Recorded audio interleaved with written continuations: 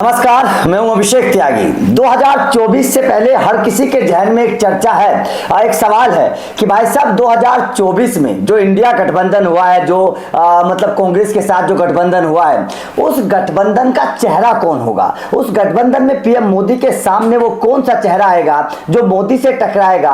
आखिर पूरे गठबंधन में वो कौन सा एक चेहरा होगा जिस चेहरे के दम पर, जिस चेहरे के नाम पर, जिस चेहरे के ऊपर इंडिया गठबंधन चुनाव लड़ेगा। अब एक खबर सामने आ रही है कि इंडिया गठबंधन का जो चेहरा है वो नीतीश कुमार होने वाले हैं। अब जाहिर तौर पर जब इस तरीके की बातें सामने आई तो चर्चा शुरू हुई कि भाई साहब नीतीश कुमार क्यों होंगे और नीतीश कुमार के पीछे का लॉजिक क्या है। तो चलिए आप लोगों को समझाता हूं। दरअसल आप लोगों को पता है कि जब इंडिया गठबंधन मतलब जब महागठबंधन की शुरुआत हुई थी, उस वक्त नीतीश कुमार ने एक कह सकते हैं कि एक अलग जगाई थी तमाम विपक्षी दलों में कि भाई साहब एक हो जाओ, मोदी के खिलाफ एक हो जाओगे, बीजेपी के खिलाफ एक हो जाओगे तो आप चुनाव जीत सकते हो, 2024 में मोदी को की कुर्सी को हिला सकते हो। इस तरीके की बातें हुई। लेकिन अब जो बिहार विधानसभा के जो उपाध्यक्ष हैं उनका ये बयान आया है। महेश्वरी हजारी बिहार विधानसभा के उपाध्यक्ष हैं और महेश्वरी हजारी का एक बयान सामने आया है। महेश्वरी हजारी ने कहा है कि 2024 में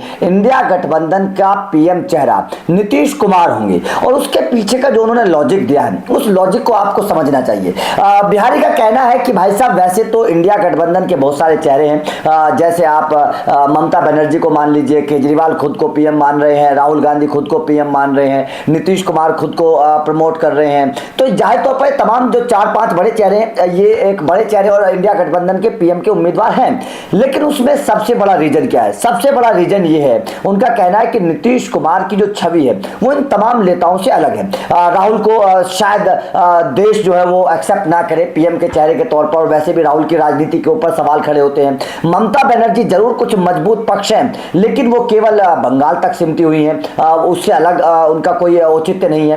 केजरीवाल केवल दिल्ली तक सिमटे हुए हैं, केजरीवाल अभी राष्ट्रीय नेता के तौर पर नहीं देखे जाते हैं। इसीलिए उनका कहना है हजारी साहब का कि नीतीश कुमार एक राष्ट्रीय नेता है और पहले भी 2019 में भी उनको पीएम मोदी के सामने देखा गया था। उनको ये कहा गया था कि नीतीश कुमार जो है वो पीएम मोदी के सामने पीएम पद के उम्मीदवार हैं और 2019 में इस तरीके की बड़ी चर्चाएं चली थी कि नीतीश कुमार मोदी को टक्कर देने के लिए मैदान में आ रहे हैं। लेकिन आखिरी वक्त सब कुछ समीकरण बदल गए और नीतीश कुमार बीजेपी में शामिल हो गए। तो जाहिर तौर पर हजारी का कहना है कि अगर इस बार भी तो अगर विपक्ष के पास कोई ऐसा चेहरा है जो मोदी के सामने जाकर खड़ा हो सकता है या फिर मोदी को टक्कर दे सकता है तो उनका मानना है कि वो केवल नीतीश कुमार है और नीतीश कुमार ही वो शख्सियत है जो इंडिया गठबंधन के पीएम के उम्मीदवार होंगे। अब जाहिर तौर पर जैसे हजारे साहब का बयान आया तो विवाद खड़े हो गए, कई तरीके की पार्टियां जो है वो इस पर सवाल खड़े किए जाने लगी कि भाई साहब आप तो बिहार के हैं इसलिए आप नीतीश कुमार की पैरवी कर रहे हैं। लेकिन एक बड़ा मुद्दा यह है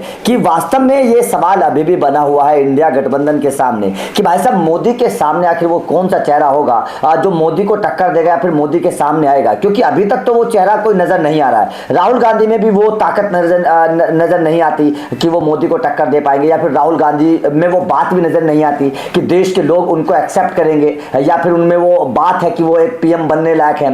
ममता बनर्जी जरूर कुछ मजबूत शख्सियत नजर आती हैं लेकिन केवल बंगाल तक ही उनकी राजनीति सीमित रही है। बंगाल के इतर जो देश भर के जो राज्य हैं वहां पर ममता बनर्जी की वो पैठ नहीं है जो होनी चाहिए। उसके अलावा केजरीवाल केवल अभी दिल्ली तक सिमटे हुए हैं। दिल्ली से अलावा पंजाब में जरूर उनकी सरकार है लेकिन कुछ आलोचनाएं जरूर होती है केजरीवाल सरकार की और इस वक्त भ्रष्टाचार के आरोपों में लगातार घिरे हुए हैं। तो यहाँ पर केजरीवाल के साथ थोड़ा सा जरूर उनका बैकफुट पर है वो केजरीवाल, इसीलिए केवल नीतीश कुमार ऐसे नजर आते हैं जो इन सबसे अलग है, देश भर में विख्यात है, अलग अलग राज्यों में उनकी अलग अलग शख्सियत है और मोदी के सामने एक ऐसा नेता है जो उसी छवि का नेता है और पुराने नेता हैं बिहार के जाहिर तौर पर। तो ऐसा माना जा रहा है कि शायद इंडिया गठबंधन का जो नेता होगा पीएम पद का उम्मीदवार वो शायद नीतीश कुमार हो सकता है और तमाम दलों में नीतीश कुमार की पैठ भी है। तमाम विपक्षी दल जो है वो नीतीश कुमार के नाम पर हो सकता है कि सहमत हो जाएं। तो आपका क्या मानना है? क्या आपको लगता है कि इंडिया गठबंधन का जो नेता होगा पीएम पद का उम्मीदवार मोदी के सामने जो आएगा वो नीतीश कुमार होगा या फिर आपके हिसाब से वो कौन नेता होगा इंडिया गठबंधन का जो पीएम मोदी को टक्कर दे पाएगा या फिर जो पीएम मोदी के सामने खड़ा होगा? कमेंट करके अपनी राय जरूर दें। वीडियो अच्छी लगे तो लाइक और शेयर जरूर करें, चैनल को सब्सक्राइब करें। Thank you very much.